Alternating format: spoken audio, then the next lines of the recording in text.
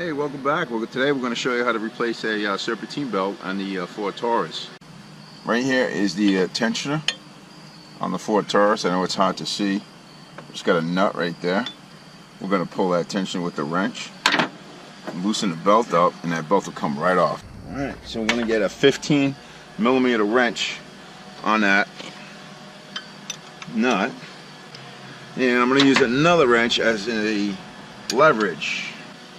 And these can be difficult to pull. There's a lot of tension on that tensioner. Once you loosen it, your belt should slip off. Now go easy when you release the tensioner. Go slowly. Let it go slowly.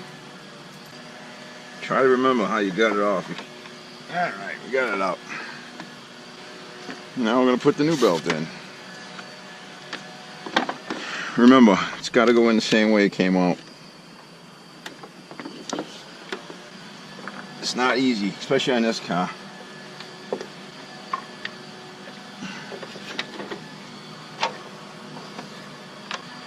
Very important to make sure it's seated on the pulleys properly.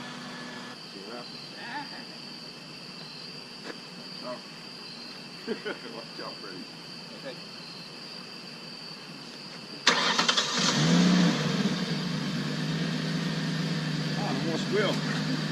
Well, tried to film the changing the belt, but it just it didn't happen. It got dark out real quick.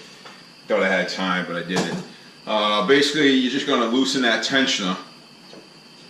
On the Taurus, it's a 15mm wrench. I use 2 wrenches. I like to put one through. All right, and I use that as leverage because that spring is pretty strong on the tensioner, the spring on the tensioner. So I'll put the wrench on, and then I'll put the other wrench on top of it. This is a 3/4 wrench, and I'll use it as leverage. So it's easier to turn that idler. Once you get that idler loosened, pop the belt off, you take it all off. If you can't remember how the belt goes, don't be afraid, get on Google, look it up. Look up a Taurus 3.0 Serp belt diagram, and it'll pop right up. And you'll see how it's supposed to go. It's a pretty complicated diagram, you know, the belt's got to go around. It's just insane how they do it, but that's how it's got to be put on there. If you don't put it on there exactly like the diagram shows, you'll think your belt's too big, and it's not. What else? After a while, belts do wear down. This belt is not like cracked. It's not cracked, as you can see, but if I had the new one to show you, this is a lot tighter. The ribs are a lot tighter. So basically what happened is this thing wore down. It just wears off. It wears out. There's no way a belt's not going to wear out. Especially running on those pulleys. 2, 3, 4, 5, 6,000 RPMs. This belt moving really fast. This belt probably lasted me, I want to say 60,000 miles.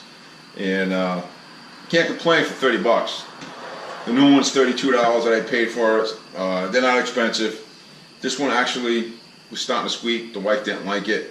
Belts don't dry out anymore. Well, I haven't seen them. I've been working on cars for quite some time. I was a heavy equipment mechanic before this, and I can't remember the last time a belt actually dried out. I can't. The quality of the belts are so much better. The materials they're making them out of are so much better. They don't dry out. They don't crack. If anything, they wear out.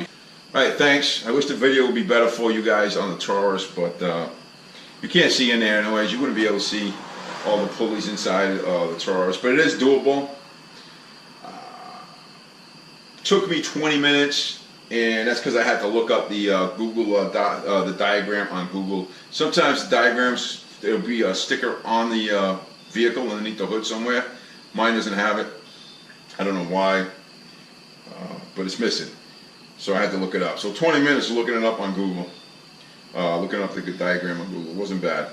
Someone who's not experienced, it might take you a half hour, maybe 40 minutes. Just to take your time, look things over, make sure it's right. Alright, leave some comments, questions, anything like that. Take care and have a good night. It's nighttime here. Bye-bye.